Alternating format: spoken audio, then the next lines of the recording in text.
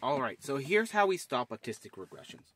Now, first of all, let's talk about what is an autistic regression. So an autistic regression is when a young child, usually around the age of 1 and until the age of 5, starts losing developmental benchmarks that they've achieved in the past. They will lose words, they will start to lose their motor skills, become weaker, and they will lose the ability to communicate with verbal and nonverbal language like eye contact, body language, being able to explain to others how they feel and what they want, and understanding what others feel. Now, this usually happens around age 1 until 5. Often this happens around age 1, and parents will try to look for the culprit.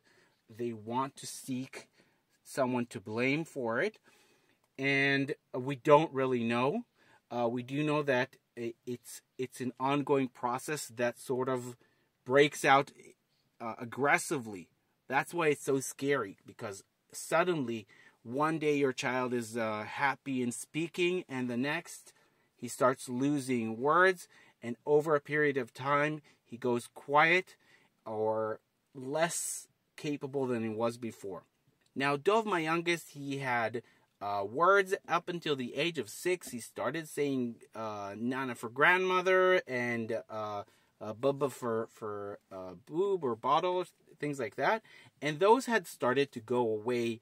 He had a variety of vocalization, different sounds that he would produce, and those started to go away. By the age of 1, he had completed his regression, and he was non-functional, non-communicative, non-responsive, almost to the point of vegetable.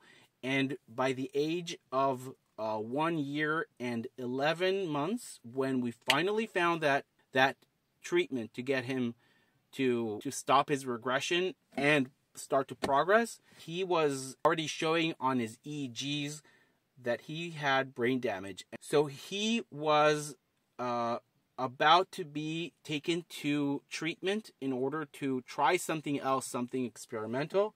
And what we had done was try to go abroad to a clinic in Slovakia that had accepted him for treatment. But unfortunately, his epilepsy was getting even worse. He had seizure after seizure. He was uncontrollable, and we were not allowed to go on a flight with him. And we managed to pull some strings and get Dov to have his cord blood infused as a compassionate treatment because he was on the verge of death. His seizures stopped immediately. Within 24 hours, we were sure there were no more seizures. He had about 100 seizures a day before it, and then there were none. And that stopped his regression, and he started progressing again. And he was at a level of maybe a 3-month-old baby, and now he was progressing quickly, not making up the gap exactly, but at least starting to progress again, starting to have sounds that had disappeared before. And today he is 4.5 years old almost, and he's not speaking yet, but he's had additional stem cell therapies, this time abroad because we had already used his cord blood, and in Israel there isn't another option. He's gotten 3 more treatments with stem cells from umbilical cords, from placenta, and we're going for a 5th treatment in April.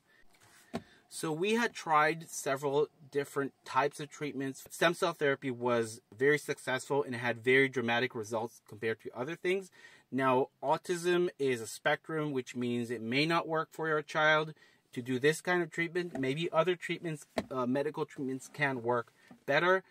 Maybe your child has autistic symptoms, but they are not with a biological background, but a lot of kids are doing this thing and they are showing good results. So I recommend looking into it, considering if it's a good treatment for you, for your child, for yourself, if you're an autistic adult. If you have any questions, you're welcome to ask me. I will happily send you a list of clinics to go into, beginner's guide to stem cell therapy, whatever resources you want. I have recordings, I have written guides, and I will answer any questions happily in my comments or in private. Happy to help.